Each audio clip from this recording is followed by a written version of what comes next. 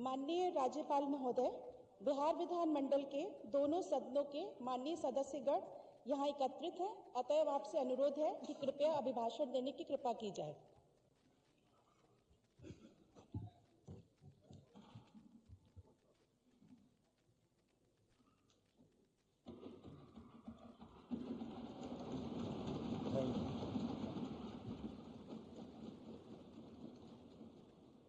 बिहार विधानमंडल के माननीय सदस्यगण, मैं नववर्ष के प्रथम सत्र के अवसर पर बिहार विधानमंडल के दोनों सदनों के संयुक्त अधिवेशन में आप सभी को शुभकामनाएं देता हूं तथा राज्य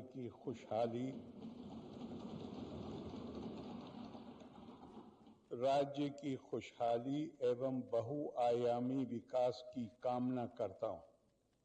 इस सत्र में वित्तीय, विधायी एवं अन्य महत्वपूर्ण कार्य संपन्न होने हैं।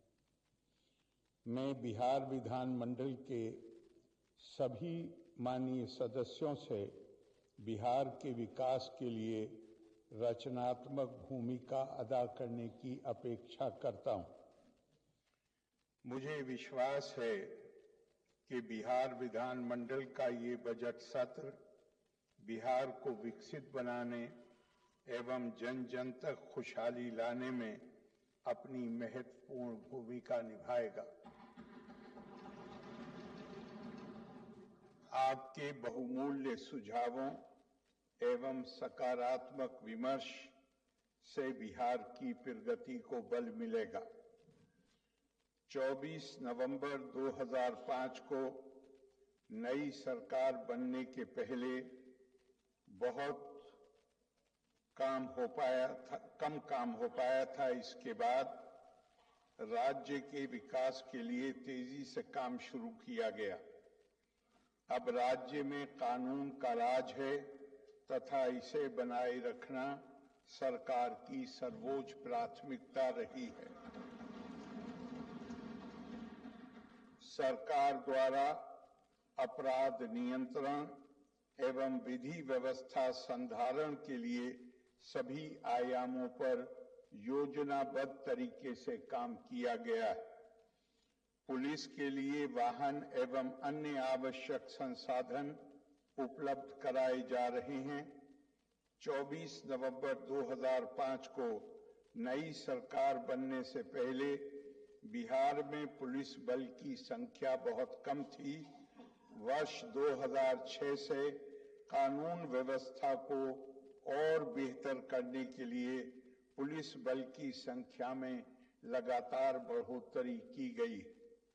अब राज्य में पुलिस बल की संख्या बढ़कर लगभग 1,31,000 हो गई है तथा तेजी से नियुक्ति जारी है। महिला पुलिस बल की संख्या में भी काफी वृद्धि हुई है तथा आज बिहार में पुलिस बल में महिलाओं की भागीदारी पूरे देश में सबसे अधिक है। विधि व्यवस्था को सुदृढ़ करने के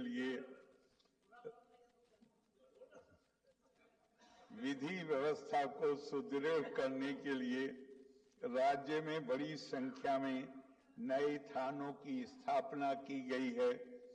पहले राज्य में कुल 814 थाने थे, जिनकी संख्या अब बढ़कर 1,380 हो गई है। आपातकालीन स्थिति जैसे अपराध की घटना, आगजनी, वाहन दुर्घटना आदि से निपटने के लिए इमरजेंसी सेवा डायल 112 संचालित की जा रही है और इसके बहुत अच्छे परिणाम मिले। अब तक 52 लाख से अधिक लोगों को आपातकालीन सहायता पहुंचाई जा चुकी है। अब राज्य में किसी प्रकार के डर एवं भय का वातावरण नहीं है तथा समाज में प्रेम, भाईचारे एवं शांति का माहौल है। राज्य में सामाजिक सौहार्द एवं सांप्रदायिक सद्भाव का माहौल कायम है। सांप्रदायिक तनाव की घटनाएं प्रकाश में आने पर पुलिस एवं प्रशासन द्वारा तेजी से कार्रवाई की जा रही है। राज्य सरकार द्वारा वर्ष 2006 से ही मुस्लिम समुदाय के कब्रिस्तानों की घेराबंदी की योजना शुरू की गई है, जिसमें राज्य की मिली-जुली आबादी के इलाके वाले एवं अन्य संवेदनशील कब्रिस्तानों की घेराबंदी की जा रही है। बड़ी संख्या में कब्रिस्तानों की घेराबंदी की जा चुकी है। अब समाज में शांति एवं सद्भाव का वातावरण है। इसी तरह से वर्ष 2016 से 60 वर्ष से पुराने हिंदू मंदिरों की भी घेराबंदी की गई है, जिससे मंदिरों में चोरी आदि की घटनाएं नहीं हो रही हैं। राज्य सरकार द्वारा शुरू से ही शिक्षा पर विशेष ध्यान दिया गया है।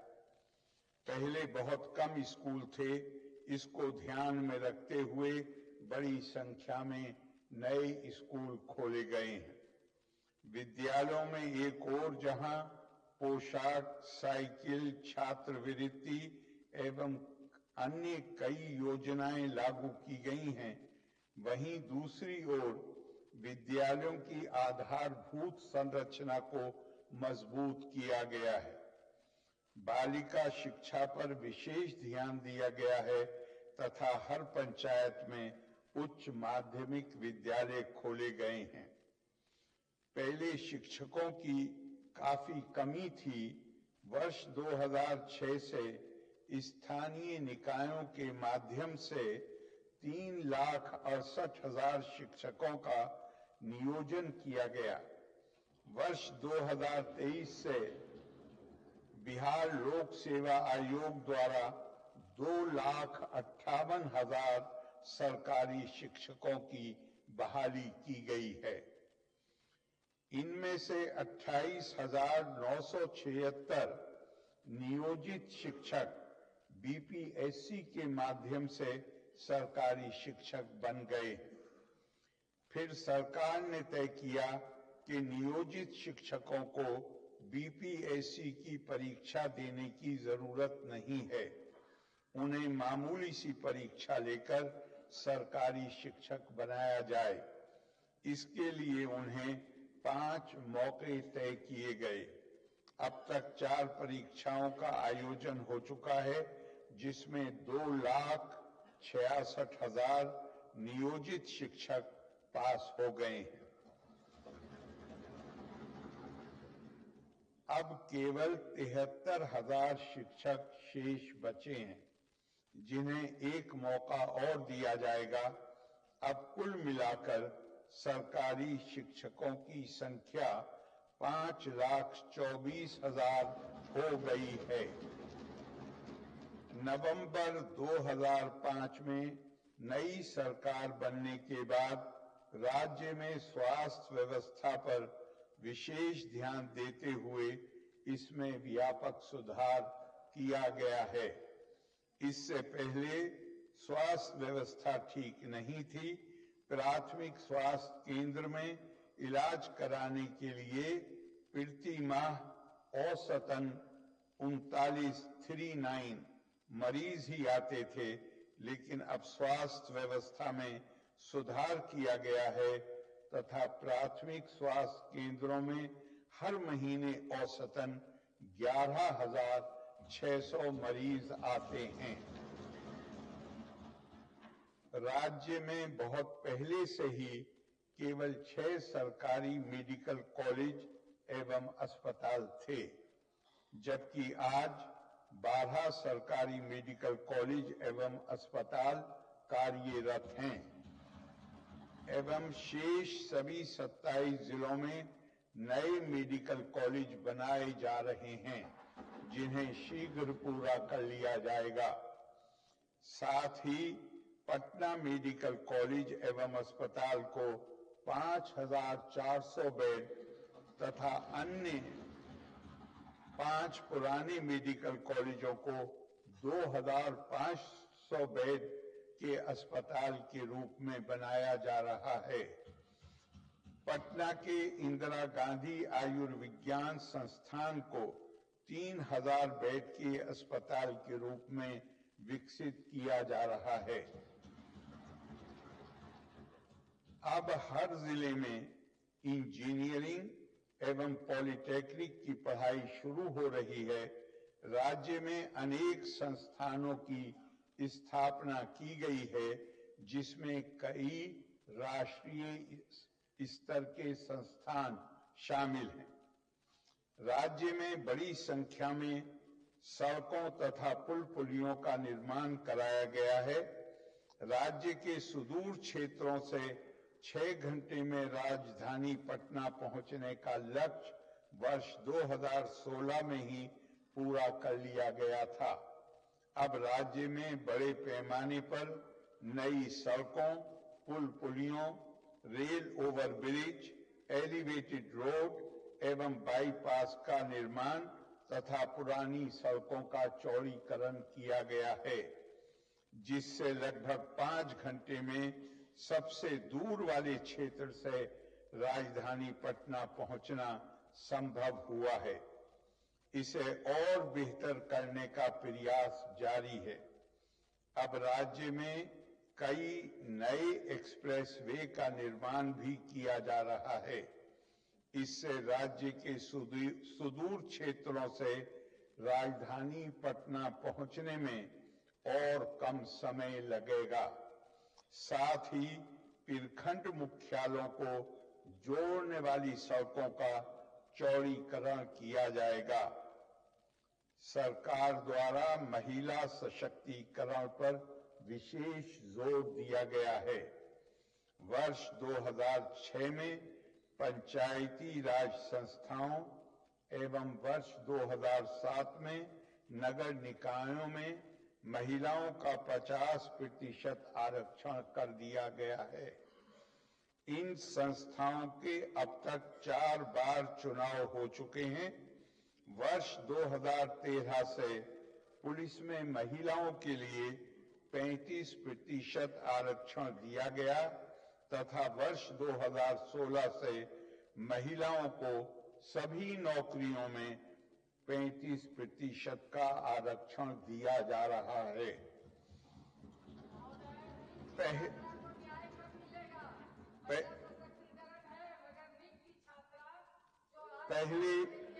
पहले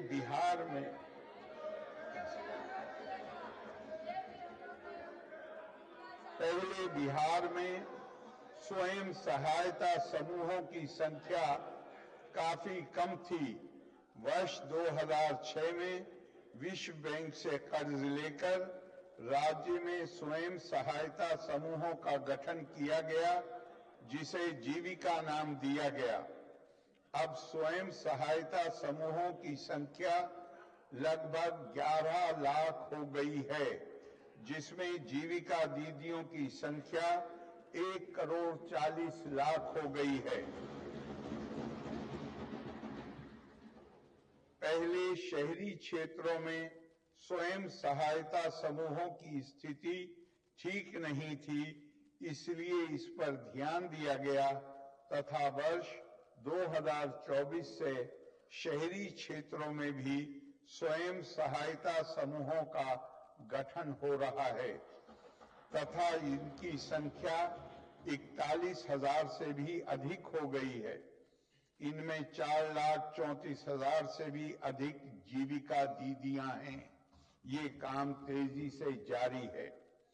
मुख्यमंत्री महिला रोजगार योजना के अंतर्गत हर घर की एक महिला को रोजगार के लिए 10,000 रुपये की दर से सहायता दी गई है।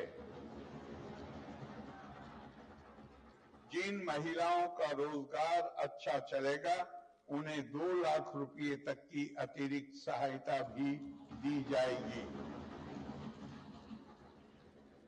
सरकार ने शुरू से ही सभी वर्गों के लोगों के लिए काम किया है, चाहे हिंदू हो, मुस्लिम हो, अपर कास्ट हो, पिछड़ा हो, अति पिछड़ा हो, दलित हो या महादलित हो, सभी के लिए काम किया गया है।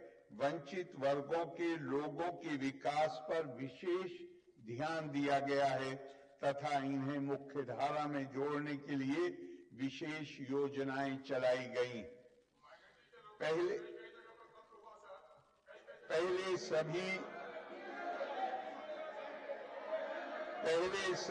वृद्धजनों, दिव्यांगजनों एवं विधवा महिलाओं को पेंशन के रूप में 400 रुपये की राशि मिलती थी, जिसे जून 2025 से बढ़ाकर 1100 रुपये कर दिया गया है। इससे 1 करोड़ 14 लाख से अधिक लोगों को फायदा हो रहा है। वर्ष 2008 से ही राज्य में कृषि रोड मैप बनाकर कृषि विकास कार्यक्रम चलाए गए, जिससे फसलों, फलों एवं सब्जियों के उत्पादन और उत्पादकता में वृद्धि हुई। वर्ष 2008 से 2012 तक, पहले 2012 से 2017 तक दूसरे तथा 2017 से 2023 तक तीसरे कृषि रोड मैप के तहत योजनाएं चलाई गईं, जिससे अनाज, फल, सब्जी, दूध, अंडा, मांस एवं मछली उत्पादन काफी बढ़ गया है। मछली का उत्पादन 2.5 गुना से भी अधिक हो गया है, जिससे मछली के उत्पादन में बिहार आत्मनिर्भर हो गया है। साथ ही किसानों की आय बढ़ी है।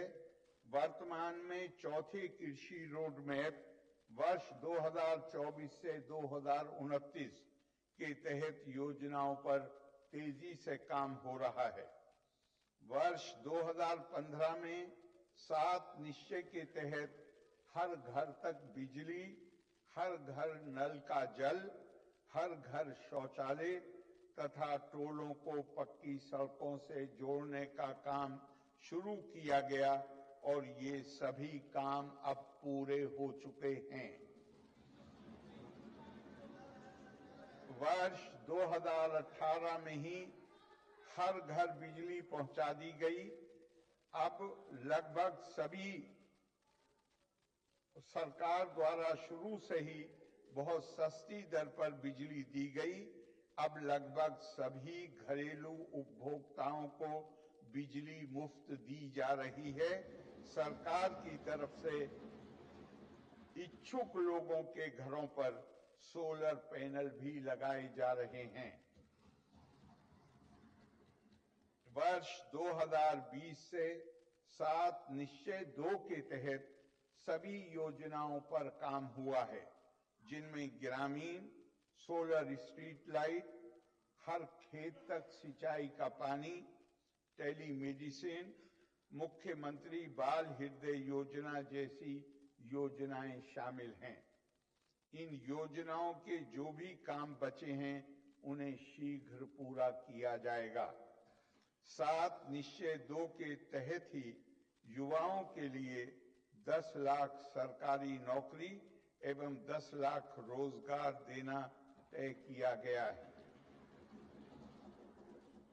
अब तक 10 लाख युवाओं को सरकारी नौकरी तथा 40 लाख लोगों को रोजगार दिया जा चुका है। दोनों को मिलाकर 50 लाख युवाओं को नौकरी एवं रोजगार दिया जा चुका है।